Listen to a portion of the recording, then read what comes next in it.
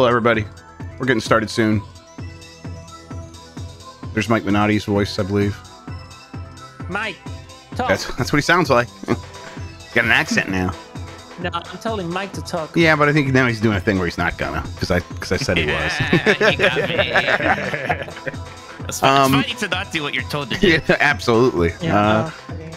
All right, last of the Not Nintendo. Not really being the allegations Hyam laid down today of you being a child today, Mike. Yeah, I thought I was so like happy with him too because he gave me the Mara Naughty, and I was like, that's funny. Then It's yeah, he called me a disgusting is what child, that and, is. you know, you're just jealous because your penis doesn't need a chariot. That's You're right. not I think I said wrong. chariot. That's right. Jesus Christ. You might need to get that checked out if your penny has a chariot on it. Yeah, that's like. I think they did a whole South Park episode. I was just about to say that's Just like hippity hop.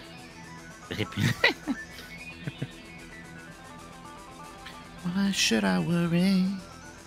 Why do I do this to myself? Why do I keep buying these extraction shooters? Yeah, it was sickness. It's okay. We'll get through You it. should come on, get down It'll with be the like sickness. $250. That's too much. This is Tarkov, motherfucker. Get the fucking line. If it's good, we pay it. Yeah, What are guess you talking about? sound like Marx. God No, it's damn it. Christian. Okay, never mind. I quit. Wow. Wow. Eh.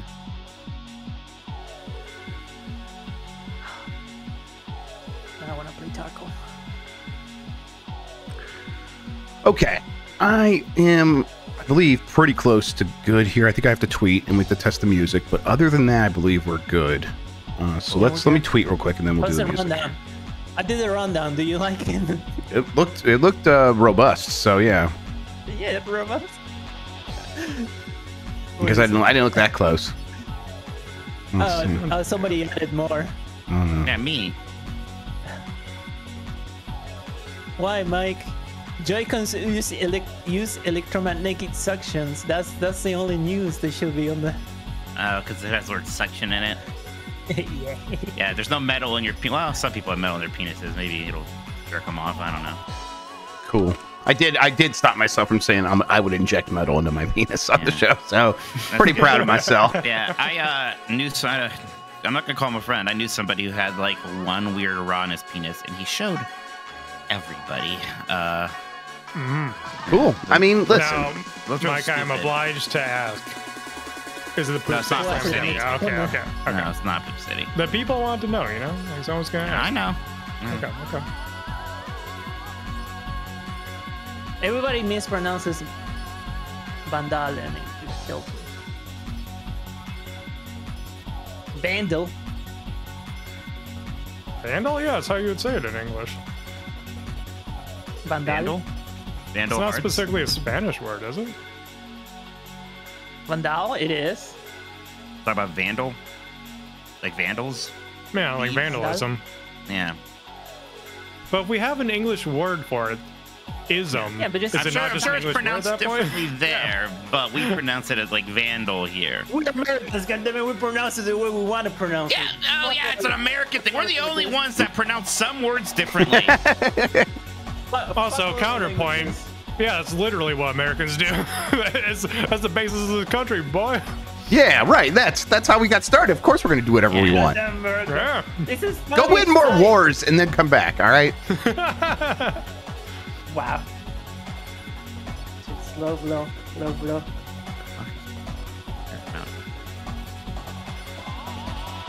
Well, now we're part of the NATO, so we're on the same team. Now I'm a conqueror as well. I Conqueror conquer. of worlds. More of a Barry fan, personally. Do we get to do the same war crimes as you do, or is it No, those are exclusive. That's our Oh, privilege. fuck. Yes. Yeah, nobody does them like we do. Yeah, we have so- the copyright and the trademark. Yeah. Yeah, you'd mess it up. You'd kill too many white Yeah. people by accident. Oh. Dang it.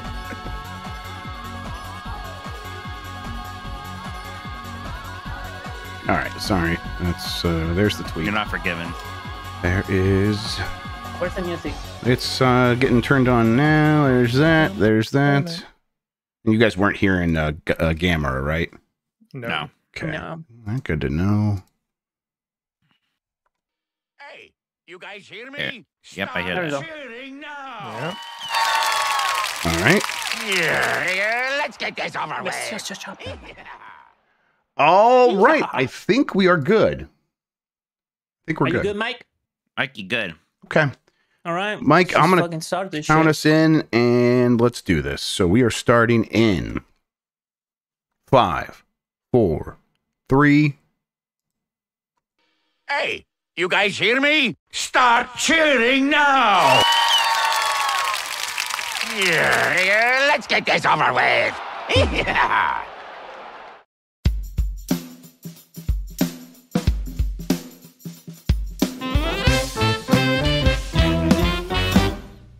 Woof woof. Hi, I'm Mike Minotti, and I am a Nintendo. Hi, I'm Jeff Grubb, and I am a Nintendo.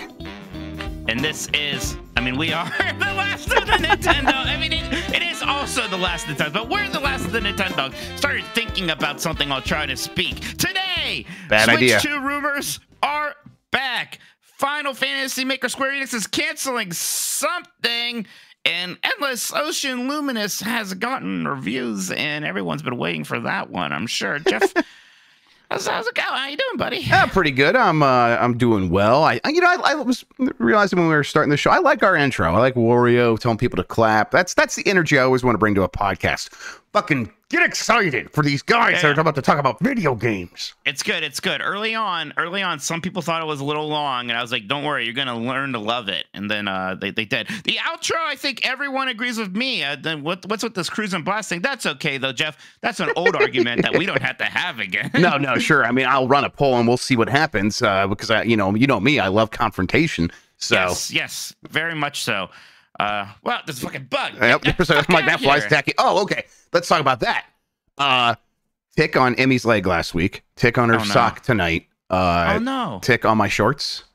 Where are all these ticks coming from? Went out to my shed to all right, we're gonna maybe I'll mow the lawn. There were 5 ticks on the handle to the shed. Oh no. Oh yeah. So that is the new project now is all right. Diatomaceous earth, which apparently they gets in their joints and something and kills them. I'm gonna put up a barrier between our backyard and that wooded area in the back that with wood chips and stuff and things like that. It's gonna be a whole lot of work because they infestation in the yard. It is driving me crazy. That's not one you want. Dang, that sucks, buddy. Yeah, and it's not in like. The worst part is, the reality is, I'm not too worried about Lyme disease. Funky Monk's right. There's not too much Lyme disease in Ohio. There's some. It could happen. But the kids get traumatized. A bug is drinking their blood. They hate that. And now they're not going to want to go out in my goddamn backyard that I'm paying for. So that's a problem. Yeah, it's a problem. Yeah. They screamed. It was like blood-curdling screams from them. And I'm like, oh, my God. The neighbors are going to think they're dying. And the kids are never going to want to go in the backyard again. Oh, yeah, that's the problem. Before the show, that guy I told you about who had the rod in his penis, he had Lyme disease, but, not to be cruel, and he was not a nice guy. We always thought he was fake, and we always just kind of thought he was lazy, so I don't know. Well, okay, listen, if you could, press a button and just have a boner, wouldn't that be better? I mean... What? If you could just press a button. I don't understand. I didn't think he was faking the rod in his penis. I mean the Lyme disease. Oh, okay. Can I admit I was hung up on I'm the weirdo for being hung up on the rod in his penis. You're right. I should be listening better. This is a good podcast we do, everybody. Welcome. If you are watching this show live, you can send in a super chat. I see we got a few there. But yeah, quite a few. Thank you so much, everybody. We will read those during the show. If you're watching live, please also hit that thumbs up button. Real quick, Jeff, I had a root canal today, which was nothing. It's fine. It was easy. Yeah, I had one root canal before, and it wasn't too bad. Root canals are it's like one of those things like quicksand that cartoons we were growing up made you think that was going to be the most traumatic thing to ever happen to you for some reason, and they're like, I bet they used to be worse. I bet they used to be worse. Yeah. The numbing wasn't quite as good, but yeah. It was. That's my 4th one. To be clear, my dental hygiene is very good. So much of that shit is genetics. So much of it's genetics. For me, it's I chipped this tooth, my front tooth, when I was a kid, and ever since then, it's like been a problem area. Yeah. There's been like basically an infection up there that like hasn't gone away yet, that they're trying to finally get away. If this doesn't work, then there's going to be surgery involved. So that's great. But yes, I always get like when I tell people like I had 4 root canals, I was like, wow, you must be disgusting. Yeah. What can you do? So it does have a crown on there now? This tooth has had a crown since I was a kid. Oh, okay. All right.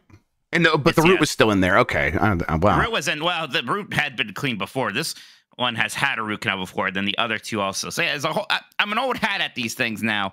But this one had been a while. So I'm like, I can't remember. Do they give me like pain meds that take me out of commission afterwards? And no, they're like, I just go take a leave if you need to, and then I'm fine. But Jeff, why don't we get to the show? Sure. Why not? We don't necessarily have Nintendo news to talk about, but the next best thing, we got some roomies. We got some tasty roomies. Woo! Switch to rumors from a Spanish outlet, Vandal, or how do you want us to say that, Christian? Vandal. And which were later like also commented on by a third-party Switch accessory manufacturer, MobaPad. Why would they get involved? They wrote a blog post about it. A wise poet once said, China don't care. And China don't care. I think that is what we're discovering here. All right, there you go then. The latest round of rumors are that the Switch 2 will be fully backwards compatible and have a 1080p screen, although I believe I've heard other people saying it would output on 4K on TVs. Then the thing that seems to be exciting people is new Joy-Cons that will use electromagnetic suction instead of those kind of annoying clip things that would break all the time. Jeff, first off, do you believe these rumors? I'm like half and half. I bet some of this stuff is probably true at this point. A lot of people are assuming, I think rightfully so, that this thing is probably at the beginning stages of manufacturing. That means component suppliers are getting involved. And that's when, like, you can expect some stuff to start leaking. And that seems to be the implication here. I don't know what it means to use electromagnetic suction. I don't know if that is like the only thing required to, like, I haven't even looked into it or gone online to see what experts are saying about this, people who would know about building consumer electronics devices. But magnets are in so many computing devices these days, especially, Apple made a big deal about MagSafe technology for a very long time. And now that stuff's, I think they made a MagSafe public domain so people could start using that. Maybe this is a similar thing. But really all I want is improved connection between the Joy-Con and the body. And for me, that'll be enough. They don't need to redesign the Joy-Con, although my understanding is there's going to be an extra button on there, maybe on the side or something like that. Whatever, I'll give, take it, leave it, I don't care. I just want this to feel like a firmer device overall when I'm using it. So I'm choosing to believe this because I want this to be the sign that they have really rethought what this device can feel like in your hand. In terms of like sounding believable, like all this stuff is like a combination of things you expect, and then the electromagnetic suction thing is like, yeah, that sounds believable. There's got to be something new, I suppose. Right. So sure. And that, like, the button on the side, like I speculated, the Pixel 6 or something had a like a squeeze button where if you like squeeze the phone, it would register as a button. I wouldn't be surprised if Nintendo had something like that in there. Just to be like, oh, here's another new feature that will change the way you play games, the way Nintendo talks about that kind of stuff. It's going to change the future for all these Gooner gamers there. That's right. Yes, the hentai games, the milk uttering, the udder milking games. Switch. Yeah, 1-2 switch. Yes. There you go. I'm pretty excited to see that Switch 2 backwards compatibility is maybe fully on the menu. Of course, we all wanted to assume it would be, but Nintendo is Nintendo. They can be weird. We had heard earlier that there would be some challenges in doing that. It wouldn't just be automatic. Are you right now feeling pretty confident that there will be full backwards compatibility with the Switch 2? Yeah, this is, something when it would come up in the past, and people would be like, there are reasons for skepticism about Nintendo being able to pull this off. It was like, yeah, definitely. We fully understand that there is challenges involved from going from the platform the Switch was on to the platform the Switch 2 is going to be on. And assuming Nintendo is going to solve that stuff is a silly thing to do because Nintendo doesn't necessarily always do that. But even when we said that at the time, we're like, they should figure it out. We expect them to, and here we are. They almost certainly have. So at this point, without like rumors swirling that's like, man, no, it's actually not going to be backward compatible. Without that happening, I'm feeling pretty confident that when this thing comes out, everything from Switch is just going to run the way you expect it to. If not, maybe a little bit better. Probably not, but that's also on the table. So when are we expecting to hear from Nintendo at this point? Microsoft and Xbox finally announced that they're doing their big showcase on June 9th. Nice. The same day that you just announced we're doing a GB at Night live. That's right, at the Bellwether Theater in Los Angeles. Tickets go on sale Friday. Everybody, please show up. It's going to be a pretty cool venue. It's going to be a pretty good time. I wouldn't want to miss it. Yeah, I'm excited for that. But so Microsoft's doing their thing. I think we all expect to hear something from Sony, who almost needs to say more than Microsoft does. Do you think? Yeah, they're having something in May. Yeah. Okay, it's gonna be May. Do you think we are getting a Nintendo something by June, July, some point this summer? I don't know. Thousand Year Door comes out, like in about a month, and then after that, there's really nothing concrete we know about first-party Switch games. Yeah, again, like I'm forgetting something. My hope is that we get to June and there's just the standard Nintendo June Direct with as much new stuff as always. Not like the biggest year ever, but like a normal year. And then that frees them up to be like, all right, that is the Switch settled. And here are the games that are coming out for it. And we are for sure 100% now sunsetting this platform for all intents and purposes. A couple games will trickle on after the Switch 2. It's like a real thing. And then that sets them up to announce a Switch 2 at any point throughout the rest of the year, but I would hope it's sooner rather than later. I think it probably would be, just because if they are in manufacturing, they might as well just come out and say what they're doing. Because if they're at that point, it's going to leak. You might as well just talk about it. So I'm hoping September. That feels a little bit early, but again, that's my hope. That's like optimism. Chat's reminding me, yes, with Luigi's Mansion 2, late June. So that's kind of like the last thing there. That's right. Pretty small. That kind of can't be the only thing hanging out there in the ether to me. But, no, definitely not. Who knows? What about that Xbox showcase? I kind of want to talk about the other two consoles for a hot second. Yeah, that do Xbox it. Yeah, I mean, like let's talk about like what we're expecting from like summer game announcements in general. Well, I mean, yeah. Right. Well, I mean, I want to be excited about the Xbox thing, and I probably should be. I'm getting maybe too hung up on the fact that like the big showcase after it, the redacted one, is almost certainly Black Ops, and I'm like. Oh no, is the new Call of Duty going to be like their like one more thing, like what they're banking on being the big surprise kind of, because I can see how they would be like, well, that's a huge game, while not also understanding for a lot of people, Call of Duty is a thing that comes out every year that they don't necessarily get excited for. They either expect or ignore. I don't know. They're probably going to have other things. I should probably not being so doomsy about it. I listen, I won't be surprised if we get a week later after this all happens and we go like, remember that time I was like saying this? And like, yeah, Mike, you were right. Like I could easily see us being in that situation where the scenario you laid out, where Microsoft acted like it was a bigger deal than it is to most people. And we're all like, man, why would they do that? I wouldn't be surprised if that's what happens. And again, like it's a win. Yeah, of course, Call of Duty is a huge thing. Makes all this money, but that's it's kind of like when it's just different than that really super core audience. It feels weird to say Call of Duty is kind of not a hardcore game anymore, but you know what I mean. It's like, how much is that going to excite that Xbox showcase audience? Gavin, you could go tell David Jaffe that I don't know if he's alt-right or not. That's not why. Listen, he's just a bit too much for me. It's fine. It's not the end of the world. It's just a bit much. He's just a bit much. That's all. Yeah, it's not a big deal. Yeah, it's the kind of thing where that's right around when Call of Duty normally has its rollouts. I'm like always trying to remember. I haven't paid attention for the last several years, but I know they would always do something around the time of the late NBA playoffs. That is going to be the time of the late NBA playoffs. So they probably were just like, let's just move that into our thing and do the big coming out at that. And at the very least, it'll get a bunch of Call of Duty eyes on the Xbox showcase as well, which is probably going to be beneficial because they probably are going to have a big showcase for Xbox and Bethesda and all the stuff that's already under their umbrella. And Blizzard and so they canceled BlizzCon, and the only other time they did that outside the pandemic era and the kind of controversy era was because they didn't have enough to announce. And I'm like, I feel like they should probably have enough to talk about to do a BlizzCon, unless maybe some of the stuff that would get announced, there's going to get announced at this thing to kind of help the Xbox event out. Even then, I feel like I'm still a little surprised they're not doing a BlizzCon this year. But yeah, me too. A little surprised.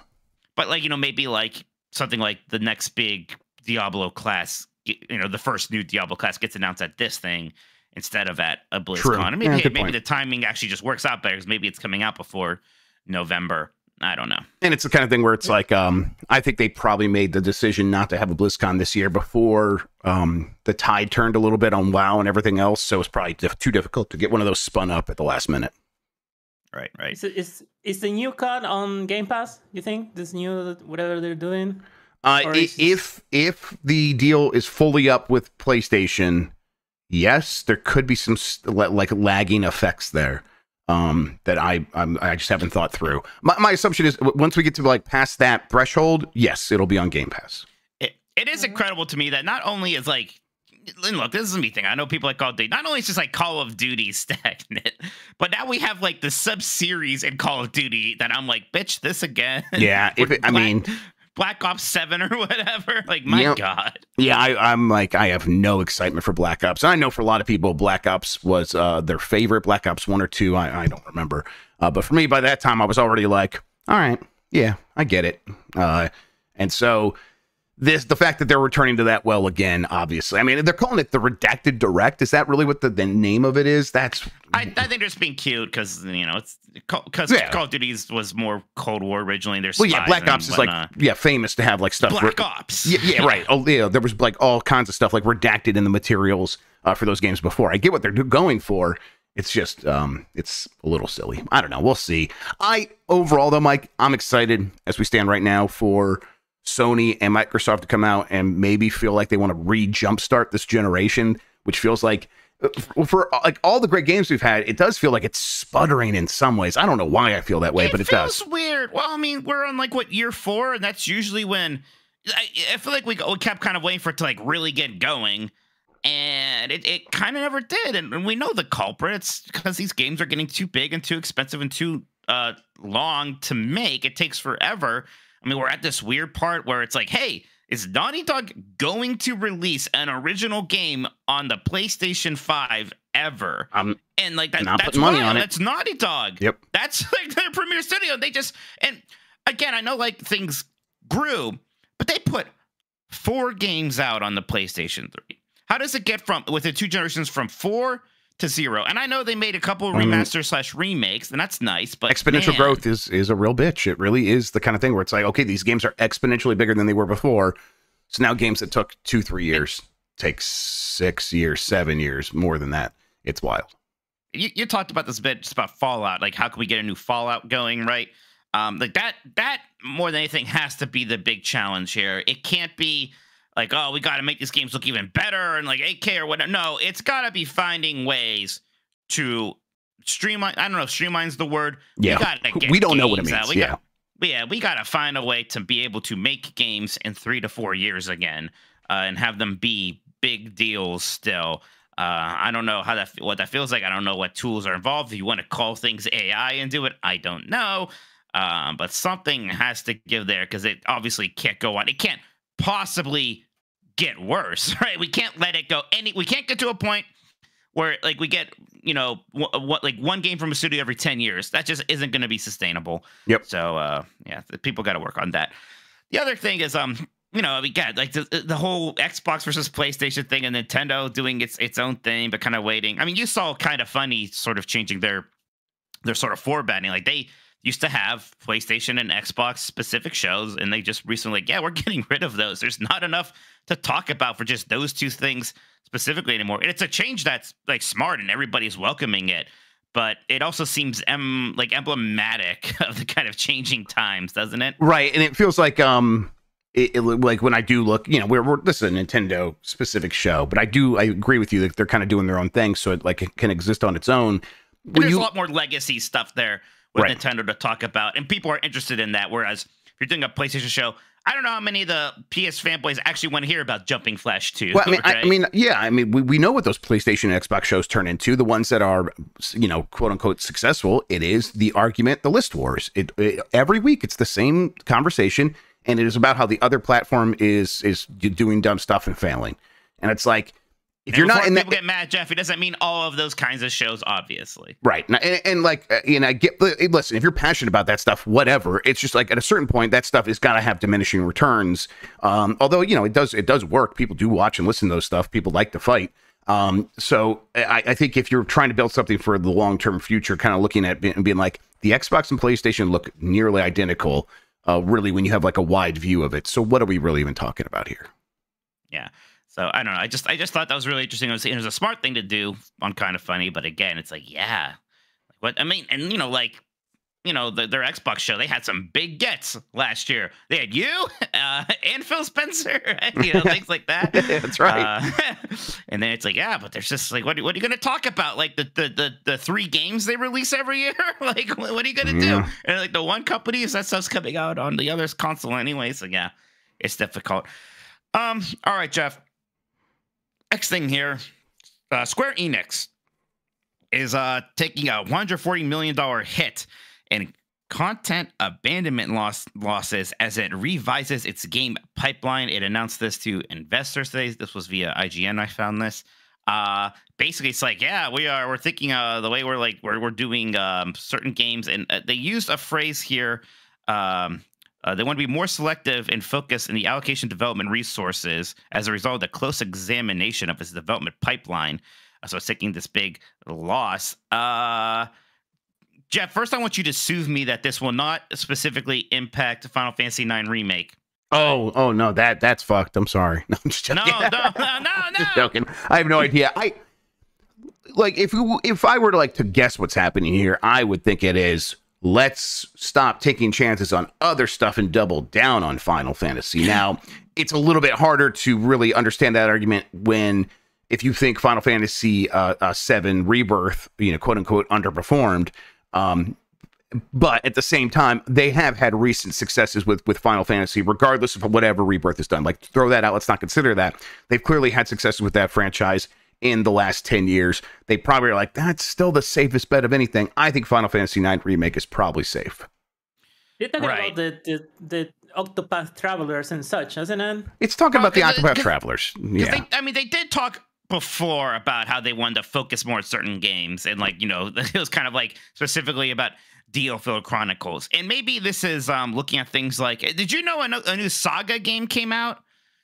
No. Saga Emerald Beyond. Didn't hear much people talk about that, but that came out. They're probably they're probably pulling back on stuff like that. Yeah, I think that's what's happening here, and that's I think that's a little bit disappointing because sometimes those games come out and I think they have interesting ideas, but they have had a lot of huge misses and some real turds, like real bad games that they put out, and they're talking about having fewer external developers, bringing more stuff internally so they can keep quality high. Yeah, fewer Balan Wonderworlds is a really good idea. Like, do fewer of those games. Why did you do any in the first place? But I think that if I'm Square Enix, I am trying to learn lessons from Capcom, like we talk about every week. And I think that's probably what happens here. And to me, that means Final Fantasy is safe and probably going to get reinvested into. No more Harvestella 2. RIP. What was that? People remember Harvestella? Do people remember? Harvestella, yes. Gosh, right. Like maybe that, or I don't know. Like, I wonder how confident they're feeling about Visions of Mana, right? Which is heading out soon. But I can't imagine we're in a world where they don't release the last part of the Final Fantasy VII remake trilogy. That is 1,000,000% happening. Yes. And I saw some people like, oh, is the Dragon Quest III HD remake canceled? That would be ridiculous if that was. That's not what's happening here. No. Those games are safe. All right. Well, I think people forget that Square Enix has all these other games and if it's a game that came to mind first, they're probably that one's probably safe because you thought about it. The fact that we are talking about Saga and Left Behind and all these, weird games at the Quiet Man. DioField Chronicles. A game that is okay. Like, some of these games are okay, but they really did not make a splash and no one thinks about them at all. Yeah, right. So those are the ones that need to go to the side. Yeah. Yes, especially for Spoken. I'm kind of scared because they put out the smaller teams put out really nice smaller RPGs or visual novels. Like the last year they put out Paranormal Sight, and that's one of the best visual novels ever. And I'm kind of scared that they're not gonna do that anymore. But I think they'll probably pull back. Might be a founded fear. We'll see. Yep. Last thing I have here, Jeff. Endless Ocean Luminous scores are out. It's got about a 64 on Metacritic. On the higher end here, God is Geek gave it an 80 and said, Endless Ocean Luminous is a lovely adventure that lets you play your way and rewards you for a relaxing feeling few games offer. IGN on the bottom end with a 40 says, my time with Endless Ocean Luminous was endlessly frustrating. Rather than providing a relaxing undersea escape, Luminous's repetitive tasks and uninspiring environments are boring and forgettable from the start. This was kind of the announcement of this game was the one more thing at the partner direct that one time, right? That's right. Yep. I think even then we were a little surprised about that. I don't know if this is anything I was super interested in now. Does seeing the reviews do anything for you? It makes me want to go back and play the Wii game to see if there was something there in the first place. That's kind of what it makes me want to do. I'm probably not going to get around to this, honestly. If I was going to be playing any Switch game right now, it's going to be Princess Peach Showtime. Or actually, I started playing some Mario versus Donkey Kong. I'm playing that a little bit. So it's like I'll play those before I need to play Endless Ocean. Yeah, this was never like my thing on Wii. There's a part of me that's like, especially because like the reviews are swinging so wildly. It's like, well, what would I think about this? You know, right? It's kind of it does kind of still like a game that is all about the vibes in the ocean. I'm not gonna lie, that's a game that I think maybe needs a little bit of a graphical something to it that I'm just not sure I'm gonna get on the Switch from a third party right now. Right. If it had the art of a Nintendo first party game, we'd be talking about a little like something different, but that's not the expectation here.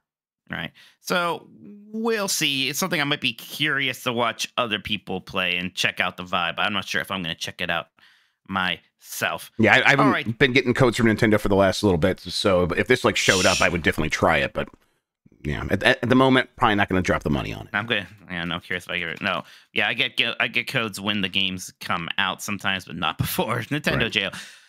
All right. Well, that's that part. Anyways, why don't we take a little break here, Jeff? We'll come back. We'll look at these super chats. Yep, sounds good. Break. All right, I'm good to go. All right. Yeah, I'm ready. Then.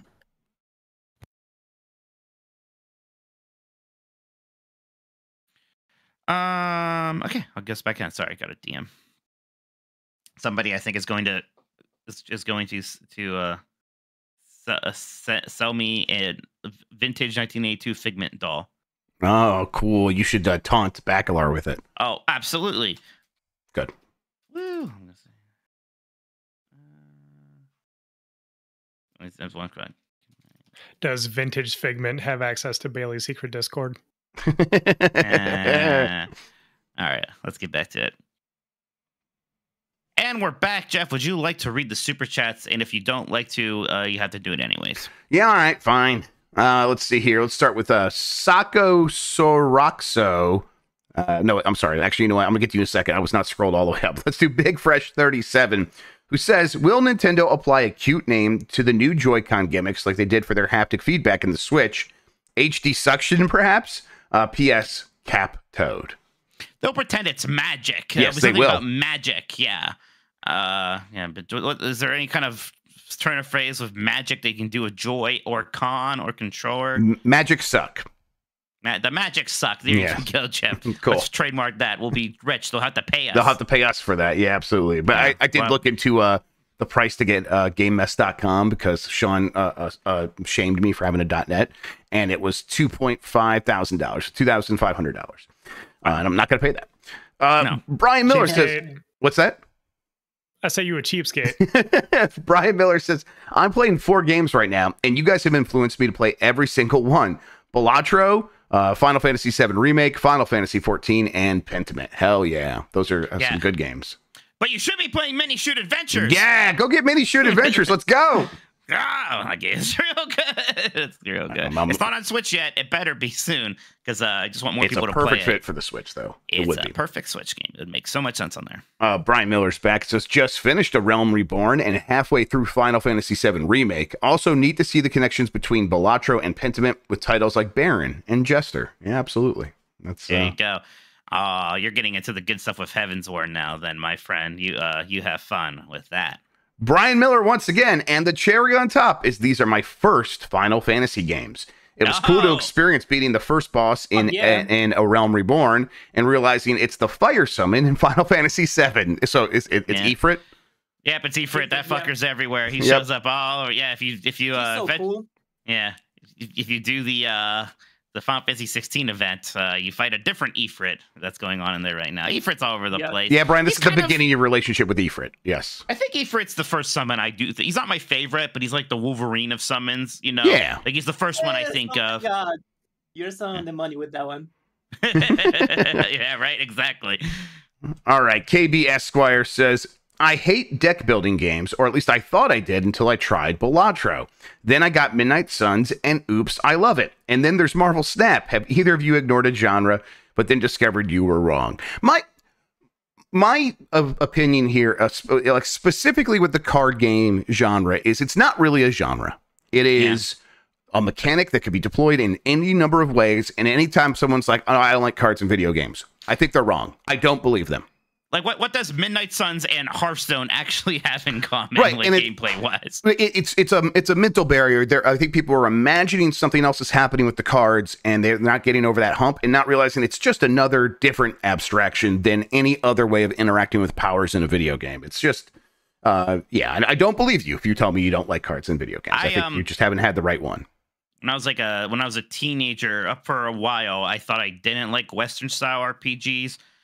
Fallout 3 was actually the first one that I played, and as soon as I played it and liked it, like that floodgate immediately opened, because then I like went back to KOTOR, and then all this, like, that was kind of a golden age of console ones, because you just had Mass Effect and Dragon Age, and you know, I went back up to Oblivion, and then Skyrim came out, so I was just full. Like, I didn't go back to like some of the hardcore CRPGs like the old Baldur's Gates or Icewind Dale or anything like that, but generally that genre opened up for me then.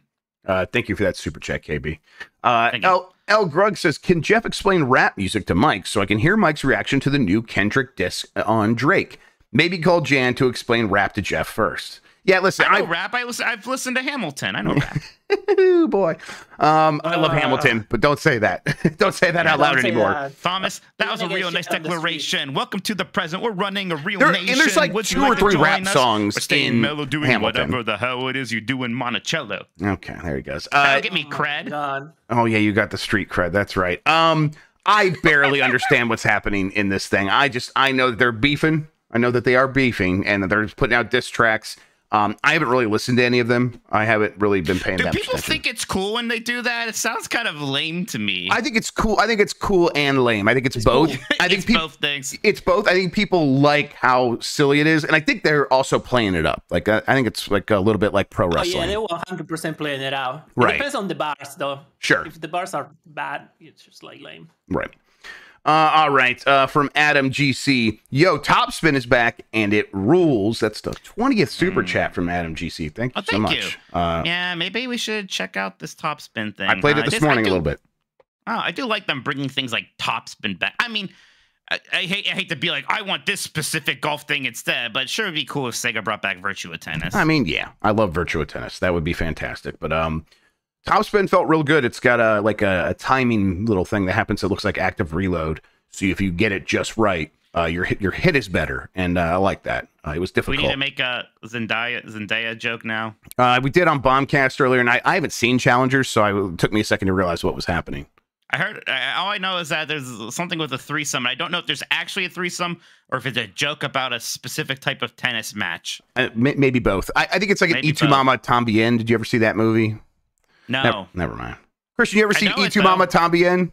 Why? Because No. Yeah. Yeah, exactly. All right. So Sock Soroxo, I think that's how you say it, or Soxo Roxo. There we go. Hi, been listening for over a year. Thank you so much. What game has been in your backlog for over a decade and you mean to get back to? Oh, so many. Yeah, Earthbound's one I feel guilty about all the time. Yes, same. Never actually played very much, if any, of Dark Souls. Yeah, same that here. little game that people seem to think is important. So pretty soon I'm going to want to go and play some Dark Souls. I did recently dust one off because when I was a kid and my dad bought his first CD-ROM drive, you had to buy them separately. It was so new. You install it into your computer tower.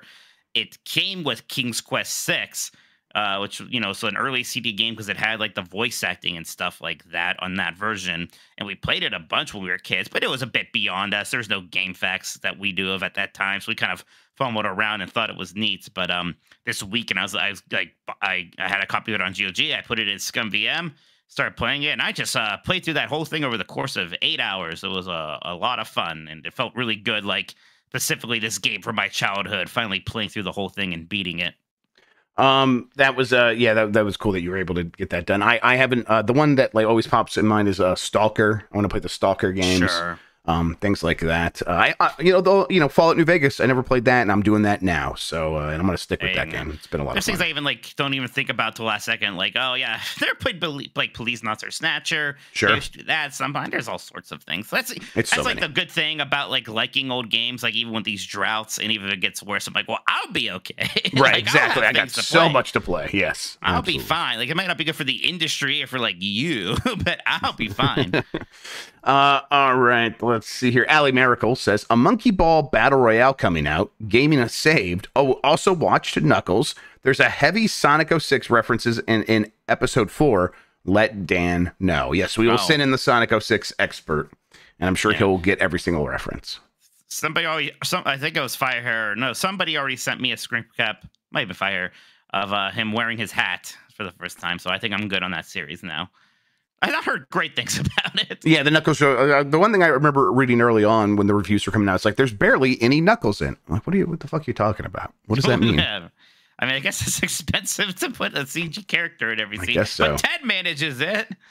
All right. The Uncharted Wolf. Do you all think about PlayStation All-Stars often? I think Mike does. Yes. Yeah, there it is. Constantly. That game was good. It was always good. People were unfair to it. And look, I like Smash Brothers. I didn't need PlayStation All-Stars to be exactly like Smash Brothers.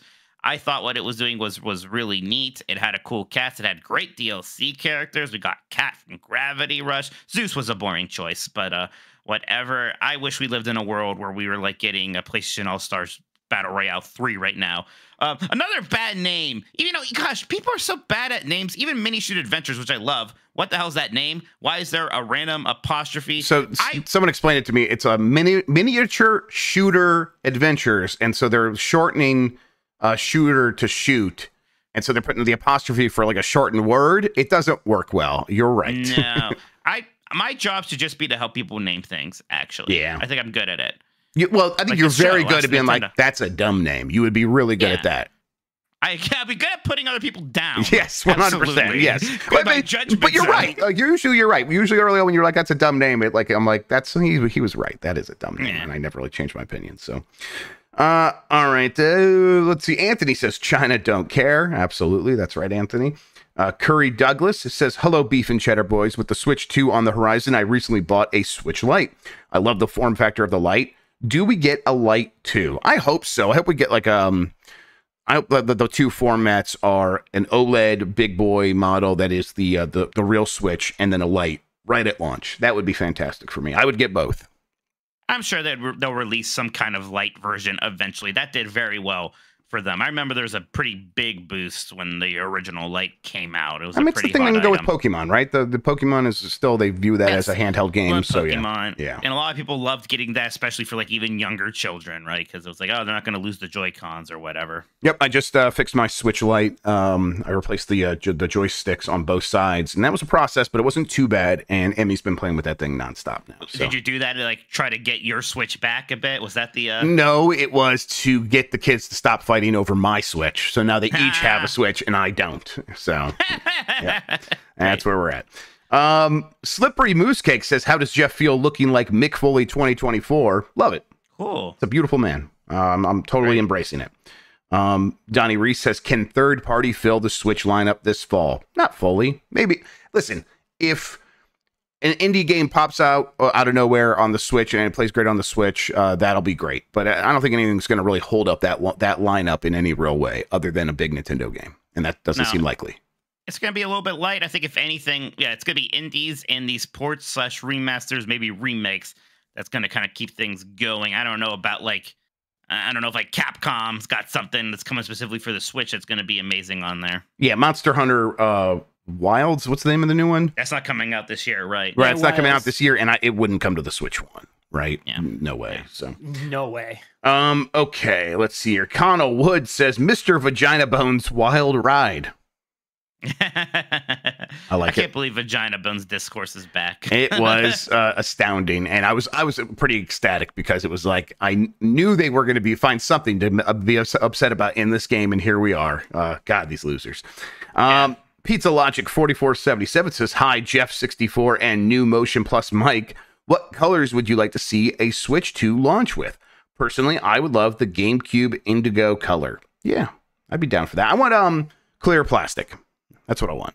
I was never a giant fan of the clear plastic, but I would pop for it a little bit at this point just for the nostalgia. Yeah, I just think anything that's some kind of bold primary color or like just like a color, right? As long as it's not like just white or black, I think I'd be like, interesting. Okay, there's a vision here. That's fine. Yeah, even if they did like something like gray again, that might do a little bit for me. I haven't really thought about it because it's funny because that does matter, right? Even though I haven't personally used a Joy-Con that had that kind of blue and red, or a Switch with the sort of blue and red Joy-Cons, I still associate that as the official colors of the Switch, right? So whatever they pick here matters. Yeah, that's gonna be interesting. I'm gonna be curious to see what it is. Yep, I'm with you that I hope it's there's a bold color, like, you know, it doesn't have to be spice orange, but something in that range. That'd be cool. Casual says, "Another year, another request for me to give me your best. It's gonna be May." It's gonna be May. There you go. There you go. We're one day away, everybody. I can't believe it's actually already May. Yeah, it's flying by.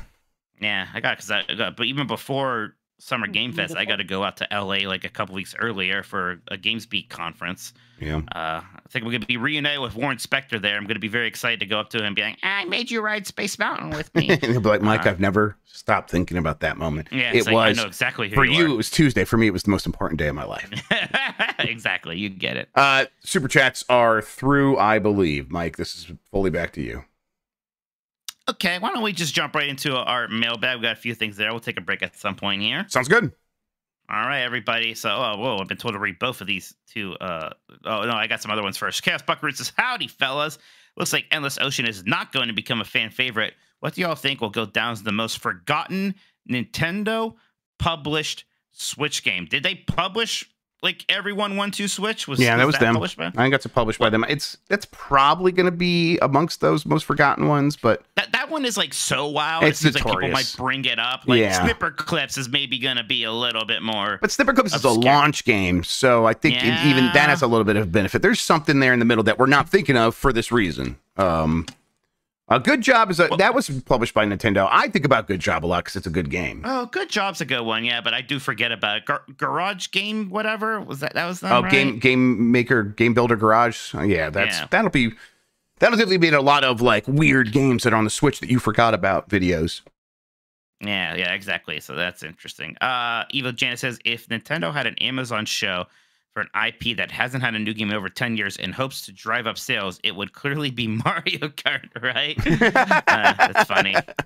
Yep, you're probably right. It's funny how, for a while, I was like, wow, they're not doing anything with that. Then, like, all of a sudden, they had pretty robust DLC for Mario Kart out of nowhere there. It's like, wait, everybody has this game. We should try to sell them something. Yeah. I mean, that's 100% what happened. They're like, should we make Mario Kart 9? No. Just hold it off. And by the way, it's going to be called 10 because we think Mario Kart Tour is 9. So no, we're going to save that for the next system. Just make more shit and take some of those tour courses and that's what happened. I wonder how much money they made from that. It would be amazing to know which of your favorite games, everybody, made less money than the Mario Kart Deluxe or 8 Deluxe DLC. Probably most of them. And by how many factors? Yeah. Right? Uh-huh. Geez. Next one. Oh, man, I completely read these things wrong. Low Rule also said, "Now that The Last of Us and Fallout are getting a universal acclaim as TV shows, which Nintendo show do you want to see most adapted to a live-action TV show and plot twist? You can't say Zelda. Live action, Nintendo. That's kind of that's inherently a little weird." Yeah. I mean, I want like F-Zero stuff. I think you could make a dramatic show about like the high stakes world of the fastest racing league in the universe and all of the like corporate espionage that happens between these entities that own these racing teams and stuff like that. You kind of make it like there was an ESPN show that was like based on the NFL, but it wasn't really NFL. And it was like, oh, the players are taking steroids in the locker room. And the NFL eventually had the show like shut down. Do a show like that about F-Zero. Probably not doing the drugs because it's Nintendo, but I would think it'd be cool. It's just hard because everything I think of like it's like, no, that would make more sense for you to like straight up like cartoon or anime. Like, you know, F-Zero live action, sure. Anime seems to make more sense to me. I prefer an anime. They did an anime, right? Yeah. Yeah, they did one. Yeah, in Japan. I don't know if it was any good, but like, you know, now they have anime in Japan. Yeah, it's weird, right? Yeah, there's something else they stole from us. Right. God, get an idea. God, jeez. Yeah, right. Actually, anime was inspied by Disney cartoons. There it goes. No one would like to hear that, but it's true. Yeah. Yeah. Metroid Fire Emblem. This is stuff that's coming up in the chat. Metroid makes the most sense. Yeah. Fire Emblem, I think it just has to be an anime. Metroid, you can make work, I guess. It'd be difficult, but you can make it happen. A Fire Emblem that's like, but it's inspired by Game of Thrones. That they would 100% do that. But there's a reason you didn't think about that because that's not something that's your taste. Oh yeah, great. A Fire Emblem where we like see tits and like decapitation's cool. Ooh, okay. Now I'm interested. Shoji Kodo says, "Poof. Forget magnetically attaching Joy-Cons on Switch 2. What are the chances we see the superior magnetic technology, aka Hall effect sticks?" Probably zero if there's fucking magnets right next to the magnetic field for the Hall effect sensors. I'm not an expert. My understanding would be that if you put a magnet next to the magnetic field required for the Hall effect, it wouldn't work very well. But that maybe I'm wrong. I don't know. Help me out. Remind me, what is the Hall effect exactly? Did you own a Sega Dreamcast? Oh, hell yeah, I did. Did you know that the sticks for that haven't drifted yet, even though most of the sticks for other devices would drift in that time? Oh, right. It's because the Sega Dreamcast uses a space-age technology called the Hall effect, which is a magnetic field that can tell where like the sensor is in that field, and it doesn't drift. It's a superior technology to like the mechanized version that they use to tell where like a little piece of plastic is. So it's better. It's been a little bit more expensive, but like people like 8-Bit Dough have started using it in a lot of their controllers. Okay, cool. Casual says, "Dear Cheese and Hamtaros, which Game Boy Advance soundtracks would best benefit from a higher fidelity / better sound chip? P.S. Mike, your recent dipping into the world of LP inspired me to fix my record player." Oh, good. Yeah, I was went to the record store after my dentist thing. I thought I would treat myself, but I don't know. I didn't see anything. There was a very expensive Dracula X record I didn't want to get. There was a Tron Legacy one for $30 I probably should have picked up. I didn't go into it for some reason. But yeah, I mean, it's weird because the big knock on the GBA is that the sound chip isn't great, and like this, so like music suffers on there. It never bothered me that much, right, especially same. in the context of actually using the thing. Of course, if you're like trying to listen to those songs like today, downloading MIDIs or whatever, it can sound a little weird. And I mean, I'm sure like, Circle of the Moon and Aria of Sorrow, the first ones I go to. Harmony of Dissonance is weird because that was the one of those three that had the weaker soundtrack for some reason. Yeah. But Circle of the Moon certainly would sound great. Yep, that would be great. I mean, that they like had for the Switch version, the Switch release, the re-release they did, they're like, hey, we'll do a slightly better version of the music if you want to hit this option. So that was cool. I didn't hear too much of a difference personally, but yeah, I think the Castlevania games would be the first ones I would go to as well. Sludge Reinhold says, "Woof woof to my dogs. What's your favorite and our hardest boss fight of the year so far? My personal favorite is the Majima / Sejima Dojima triple threat in Infinite Wealth. 10th scuffle of 3 iconic series characters and an interesting mechanical twist. And the hardest for me was the 11th ante of Balatro. The number is just too damn big. Took me a month of playing every day to get past it. When I finally did, it was by the skin of my teeth." Yeah, it's interesting. Boss fights is, to me, kind of like the least talked about art of making video games.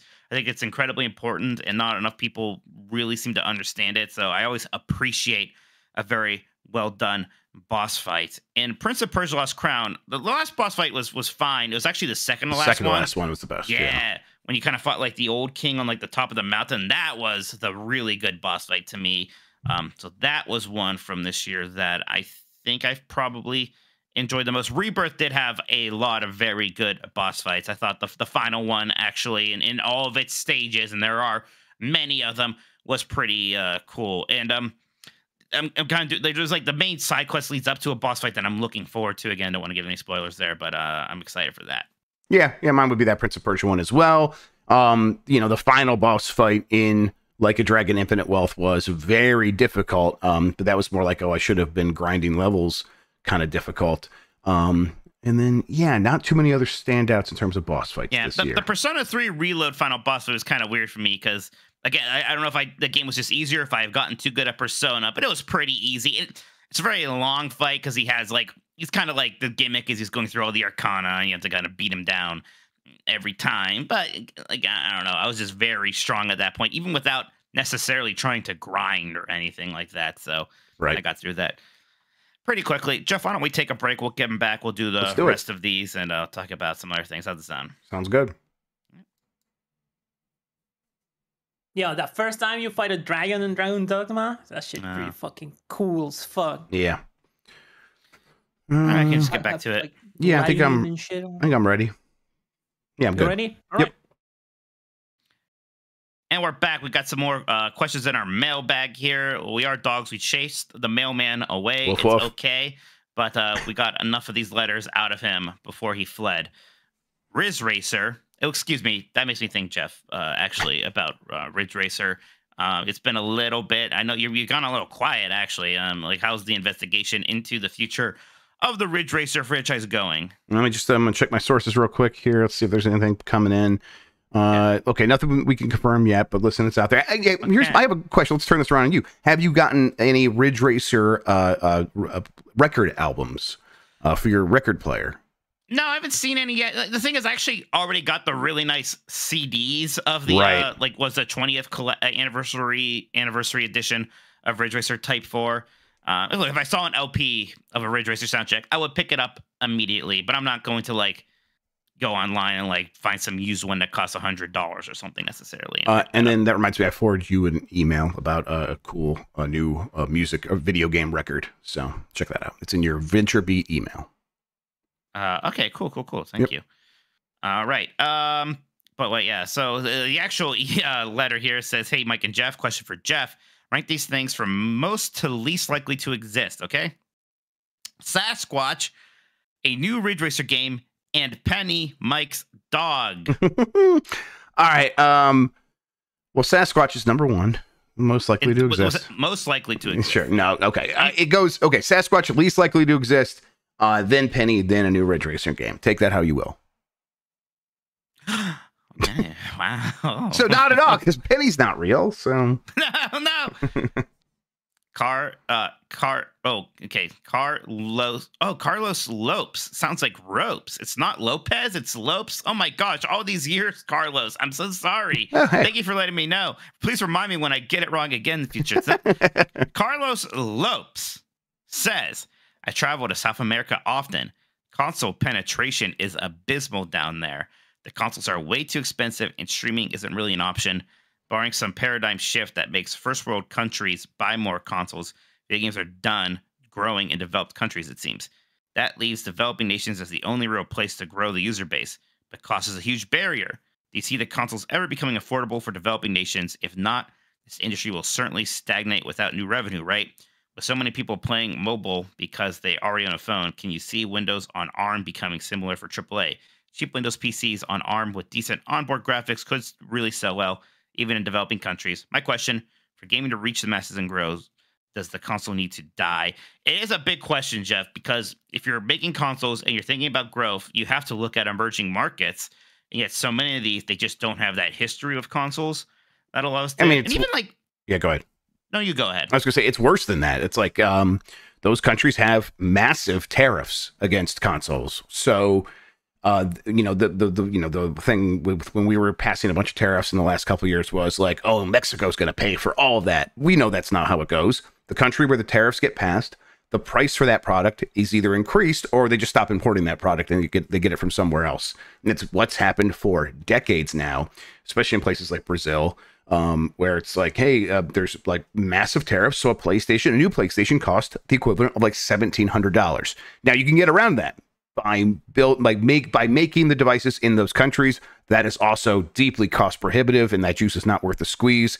I wonder if the solution to get around this is a Steam Deck a console, or is that a PC, and does that have the same tariffs? Maybe there's ways to get around that, and have devices like that be more likely to be picked up in those countries. But until those tariffs get repealed, and here's the thing about tariffs, they never get repealed. They never get. We have the chicken tariff, which is like the weird rule. Basically means trucks can only be sold in America if they're built in America.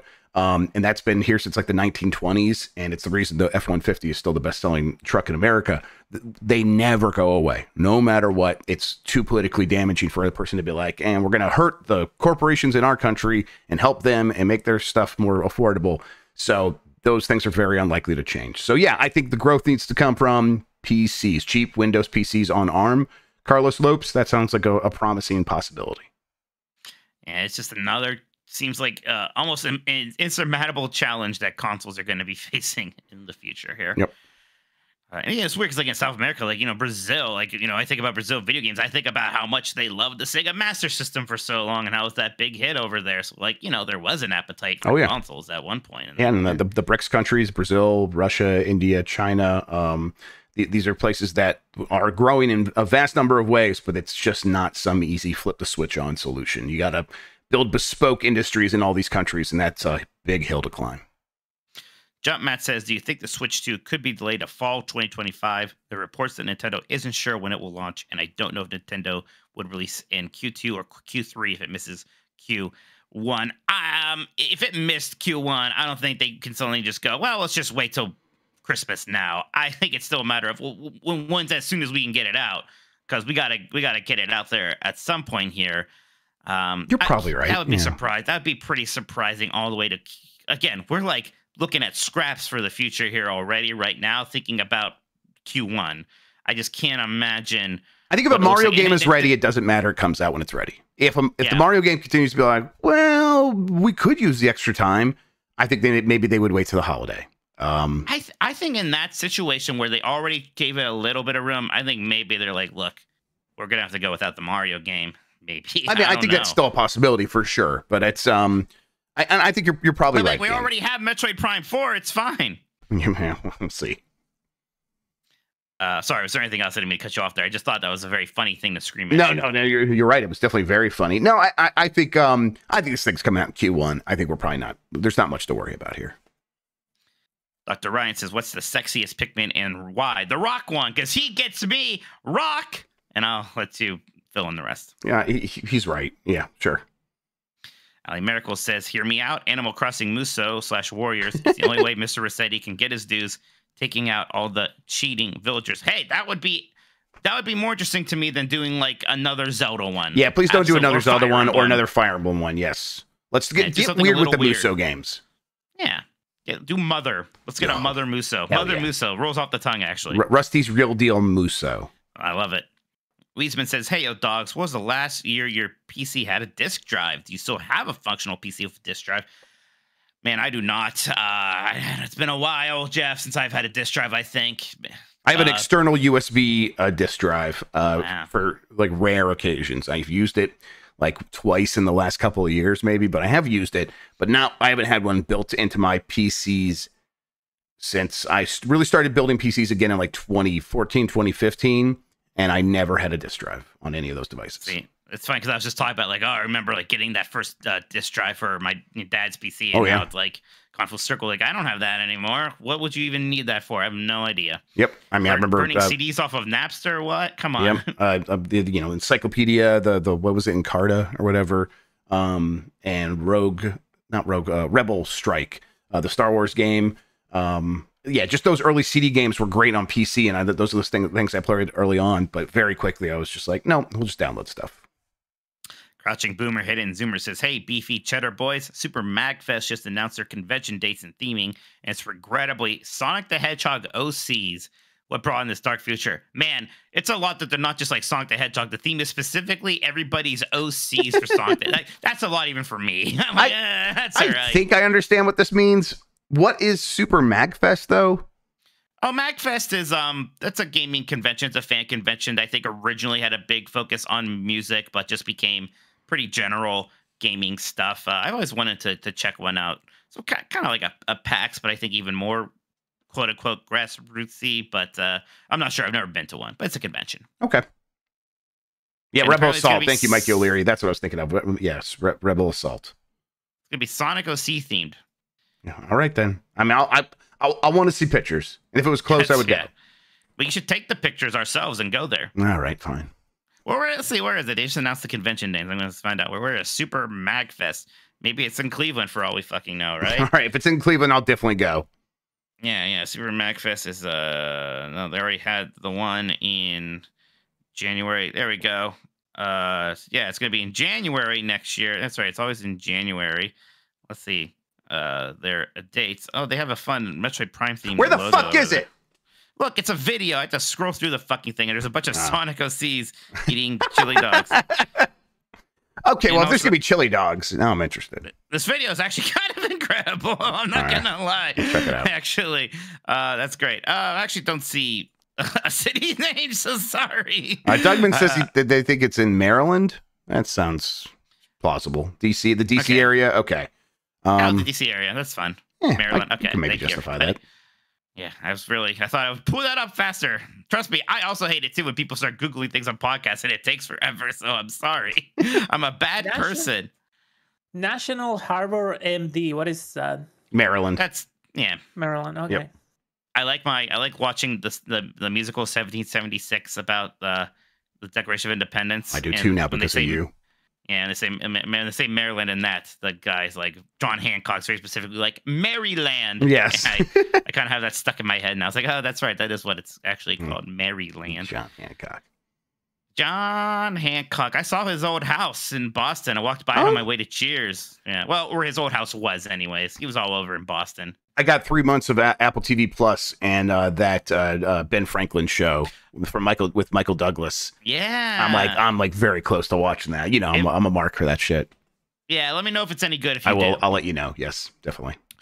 Wonk says choose one. You can only play new games from now on, or you can only play games that have already been released. That's rough. Yeah, That's shit. hard. I mean, look, if I take my job out of it, I think I would pick games that have already been released because there's so many that I haven't played and so many I would want to play again. But Yeah.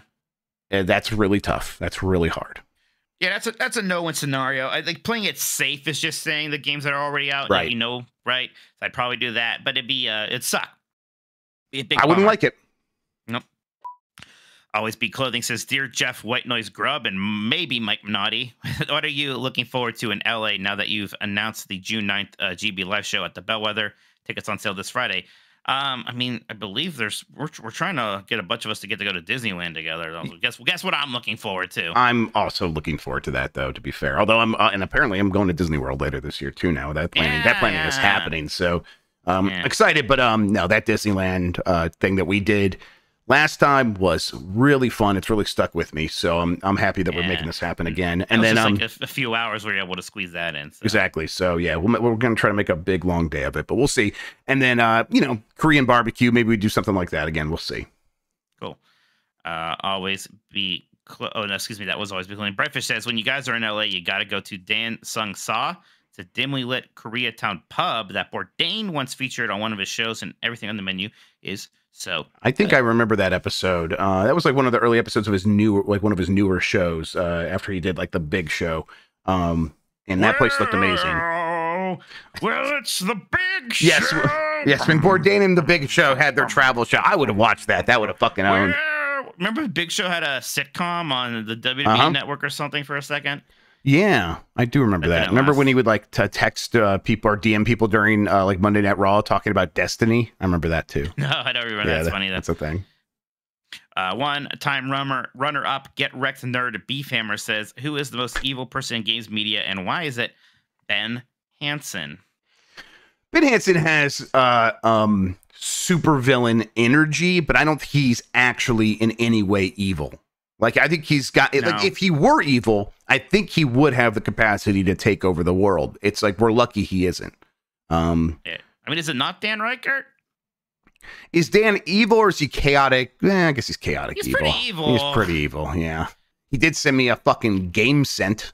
So Yeah. Why did he do that? because I think we're passing it around for Blight Club. We talked about that a little bit. I thought we had forgotten. Oh, and God. I was I pretty. didn't remember that. I don't Yeah. want it. Don't send it to Hey, me. hey, here's some good news. I'm pretty lazy, and I probably won't Good. send it to oh, you. thank God. 'Cause I Yes. don't want it. It seems This is a pretty unlikely. small room here, okay? If I start spraying around ass smells, it's going to stick. The funny part was I just put it on the counter and came downstairs, being like, "Oh, fucking game scent." And then I come up later and stuff's like, "What is this thing?" The kid was getting into it. I touched it, and now my hands smell like tires. I'm like, "Yeah, listen, you shouldn't touch my stuff." There's a lesson. There you go. So don't touch my stuff. Don't touch now you my know. stuff. Don't touch my gamer stuff scent. Don't touch my game set. Well, incredible. Hey, that's it on the mailbag. But Jeff, what have you been playing anything on your Nintendo thingy me jiggies? Like I've said, it's been hard to get the Switch away from the kids, but I've been playing earlier tonight. I was playing Luigi's Mansion 3 because Emmy's into that and she needs help a lot. Nice. So I'm playing some Luigi's Mansion 3, and It's a good game. And again, it's like it's a fun way to like re-interface with these games. Once again, it's be like, oh, here's like 2-minute section she needs help with, and I'm like, God, I love this game. Love the way it feels. The vacuum is just such a great tool. That game has such great physics of things falling apart. So yeah, really liking that. I did get another FPGA handheld that I need to piece together. Incredible. Yeah, it's pretty similar to the Analog Pocket, but it's got the shell. That's the exact shell of a Game Boy Color, and it even Yeah. comes with the stickers of like. Oh, wow. Cool. So it's like, Game Boy Color. You know, what is the CGB-001 Man. that sticker? And I mean, that stuff is very, very It's nostalgic cool. for me. It's the reason I got this thing. If I'm I being have to say, honest. putting on those kind of stickers on things is a very high pressure situation for me. Yes, I did get a decal for my my MacBook Air, and that was like makes it look like an NES, and that went on. I did a really good job with that, so I'm feeling confident. So I'll probably mess that up. But yeah, other than that, it's like little things here and there. I've been mostly playing Mini Shoot Adventure, and I'll tell you what though, that is making me want to go back and play the original Zelda again. That's like, oh god, I really, really like the original Zelda more than the vast majority of people. Because people they're like, they figured out with Link to the Past, and before that it was like it was okay, but I'm like, no, they had it right away. They knew what they're doing. The sense of adventure, the sense of discovery. Getting lost is actually a good thing. Yeah, I just love that game, and Mini Shoot Adventure is like a real spiritual successor to that game specifically. Mini Shoot Adventures is just so good. Again, really, please check that out. Again, How many it's gotta of the come like to Switch. skull key things do you have? Did you get? 3. Okay, I Oh. just got the 4th. I played a ton last night and this morning, so I'm like, okay. I think I'm I think we're probably like neck and neck, like where I we're just, at. I think I just unlocked or I'm close to unlocking the 4th dungeon. So. Okay, the 4th dungeon. If you are unlocking, okay, never mind. I'm not gonna spoil it. Okay, don't spoil. Yep, don't spoil. not spoiling it. I'm doing good. Yep. God, it's fun. It's a Good game. I just been continuing to play a lot of Unicorn Overlord. I am 20 hours into it, and now, it seems like I'm like about halfway through it, and not slowing down at all yet. I don't know. I don't know why it's hitting for me so well, because I've heard some people kind of say like, hey, the game doesn't really necessarily evolve very much, right? Like the mechanics are the mechanics that you kind of get introduced to pretty early on, but there still is a nice progression. Like I kind of got to a tier where I was able to rank up all of my units, right? Yeah. And for some of them, that was like, not much, but it's just a stat increase. But other ones, it's like, oh, this person can now hold 2 swords and things like that. To me, that sounds like enough. If I'm like, because I enjoy the tactics of that game. I enjoy setting up the crews, and if it's like sometimes I can get characters to have a few more abilities, I'm like, yeah, no, that's all the evolution I really need. It's a much more streamlined process here than in Fire Emblem, because in Fire Emblem, it's like there's all these different options that you can level them up to, and it's like you have to know when to level them up, because you want to level them, you want to max them out first in that class, and then do it, or else you're going to miss out on certain stat increases. Here, it's just like, just do it as soon as possible. There's only one thing they change to, and part of me is kind of like, yeah, okay, that's kind of nice to actually just push a button this time instead of again and engage, kind of like. Fussing about it a lot. Sometimes I like to fuss about it, Jeff. Right now, I'm a little fussed out, you could say. I understand. But you know, it continues to be a very good. I play my Switch at night a lot. You know this, so I do kind of like games that, yeah, I'm paying attention, but I can also have a YouTube video on or something, and that works just fine. It's a perfect game for that. So, and the art continues to be gorgeous. I'm actually been doing a lot of stuff in kind of the Elf Kingdom now, and shocker, the elves are all very pretty. Oh, weird. So yeah, right, weird. So I've been having a good time in the Elf Kingdom. Look. Okay, you're not going to put these games out on PC. That's weird. You should not be that way. Whatever. Why aren't all Vanillaware games on Switch, at least? It's real strange. It's real weird. Like, when I beat 13 Sentinels, I remember just being like, I want to finally go and, like, play more of Dragon's Crown. And maybe I could beat Odin's Sphere. And I was like, I just assumed they were on there. Just, like, looked it up in the store, and it was. And I was like, what am I doing wrong? I don't understand. Is Dragon's Crown, like, couch co-op? Is that how that game worked? Yeah, it was couch co-op. And it's 4 players. I mean, maybe the connectivity compadres could ride again on Parsec or something. That might be fun. That game has text and story stuff, so there might be a specific compadre who might get bored pretty quickly. Maybe we have a new compadre. Who knows? We'll see. Let's Bailey do it. Yeah, there you go. That's a good one. Sean, what do you think about Dragon's Crown? Oh, I don't know. Who knows? Oh, you know what I think about Dragon's Crown. Yeah, Dragon's Crown was the one time. Look, I like Vanillaware's art a lot. Dragon's Crown, the one time I was like, this is too far. I don't know about this. I think the one that is on Switch is like the other super early one Vanillaware did. That's like the 2D strategy game with the kind of Harry Potter vibe, because they remastered that one very recently, so that might be on Switch. But I don't think Muramasa is. Yeah, Muramasa is not. Yeah, Muramasa. So yeah, it's weird. Just get your games on Switch if you make those kinds of games. Was Odin's Sphere? Is that the one you're thinking of? Oh no, Odin's Sphere. So their first 2 games were Odin's Sphere. Grim Grimoire. Grim Grimoire is the one. Man, I think is on Switch. Yeah, that was a 2007 game. That actually came out at the same time as Odin's Sphere. Wow. Right, exactly. It was weird. Like, they just released both of them, and I think Odin's Sphere took off a good deal more. Again, Grim Grimoire is a 2D strategy game. I think it's a bandwidth thing. I think they're similar to P Studio with Persona, where they want to do it themselves, so you will get at their pace, is basically what we're looking at here. Yep. But if they're remastering stuff like Grim Grimoire, it's probably only a matter of time. Yep, hopefully. All right, Jeff, let's look at the last of these super chats. Yeah, I just got a couple more here. Let's see here. Let's start with Burrito, who says, Mike, tell Spectre to revive the latest Deus Ex. Deus Ex is one that, like, shouldn't go away. What was the like Watch Dogs, that thing where it's like, they're not going to make another Watch Dogs? And everyone's like, okay. Deus Ex feels like one where it's okay, let it breathe for a little bit longer, but they should come back to that. I mean, they at this point is still Embracer Group or whatever the fuck they're called now. So maybe Middle-earth Enterprises and Friends probably owns the Deus Ex franchise right now, Jeff.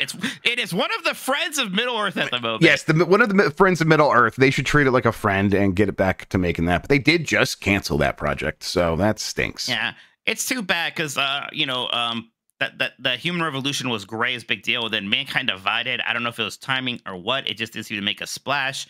It kind of put them in an awkward spot, and then that team made Guardians of the Galaxy, right? And it was great, and that game just suffered for the sins of the Avengers. Yeah, so, Jesus. It's good that everyone talks about that game great now and has a good reputation, but it didn't necessarily help the studio. And then, yeah, they were working on a new Deus Ex, but that got unembraced, right? So, fun stuff. I should replay that Guardians of the Galaxy game. That was real good. That's right. They were the ones randomly who did that Shadow of the Tomb Raider for some reason. Like Crystal Dynamics did not make Rise of Tomb Raider, probably because they were too busy with the can't miss idea of the Avengers live service game. Yep. I mean, people are still playing that to this day. Dicene says, I gotta push back. In my opinion, Harmony of Dissonance is the best Game Boy Advance Castlevania OST. Same composer as Symphony of the Night. Michiru Yamane. Juiced theme. Is it Juiced or Just? Juiced theme is one of the best Castlevania songs ever made. I say Juiced, but I'm not sure. In the anime, they call it Juiced. So I think it's Juiced. He's in the anime school. Okay. Maybe. Like, again, not that it matters, but I do think the prevailing opinion is that it's a a weak for Castlevania's soundtrack. Maybe I'm wrong on that. Or maybe it's more of the quality again, being weird. But I do remember when I played through all three of them, it did sound weird to me compared to them. But hey, I bet a slightly weird or not as good Castlevania soundtrack is still maybe very good. And maybe I'm missing something. I'm going to give it a listen tonight. I'm interested to listen to all three of those soundtracks. I just told you all that I like Hamilton, so you don't have to respect my music opinions. I love Hamilton. I mean, I get that. I understand the backlash to it. I disagree with it. I also, I completely understand people got tired of Hamilton, especially when they did the Roblox thing. And when Lin-Manuel's they do they sing a song for some pathetic political candidate or something. I get tired of Hamilton. For sure. Yes. He's a nerd. I get it. And then when I saw Lin-Manuel Miranda in the credits for the Mufasa trailer, I was like, correct. That is a good idea. I'm more excited about that movie now than I would have been otherwise. Turns out a lot of the Disney movies that have had him do the soundtrack, those are just actually better. They're actually better. Oh, so. yeah, Kanto is fucking great. Yes. Kanto, it's incredible. Moana had great music. It's upsetting he's not doing Moana's 2 music, but that's because that was never supposed to be a real movie. That's supposed to be a Disney Plus show. So it's we're not gonna get Manuel for that. And I bet now they wish they did. Sure, but yeah. I don't have much hopes for Mufasa, but doing something original instead of just the live action version of Lion King. Maybe that's better. Again, you get Lin-Manuel in there. Give me some new songs instead of just worse versions of songs I already like. Yeah, maybe that'll work. Maybe we'll see. I'm whatever. Either way, it's that's what he's busy doing. Cool. That does it for the super chats, Mike. No more to get into. Then that does it for the show, my friend. Hell yeah! And all right, man. Sometimes you simply know when you just record the worst podcast in history. Was it when we were talking about ticks and penis rods and whatever the hell else we opened the show with? Very early on, then I just knew deep in my bones. Very early on. Yes, your steel rod bones. It was very clear. I'll hit the button. Hit it, baby. All right. Thanks you so much, everybody, listening to Last Nintendogs. We'll be back on Thursday with Game Mess Decides. Tomorrow is the brand new Blight Club season. Jeff Grubb is playing a brand new game. Lots of speculation, Jeff, on the internet about what it might be. People are very invested. People are very excited. How are you feeling? Not great. Not feeling great. I got a game sent. I got several packages to open up. I got a game to play. We'll see. I'm not too excited about this, but it's my turn. I got to pay the piper. That's right. That's tomorrow at 3 p.m. Eastern. We doing that? That's when we do it now. Yeah, 3 p.m. Eastern. Okay. All right, fantastic. I am excited, and it's, again, we want to be there live, because that's when the game's going to be revealed, and after that, it's going to get out there. So if you want to be surprised with Jeff, you probably want to be there live to see what the game is. So I'll bring it up right there. This is what it looks like tomorrow before I open it. There you go, everybody. Bye! Bye!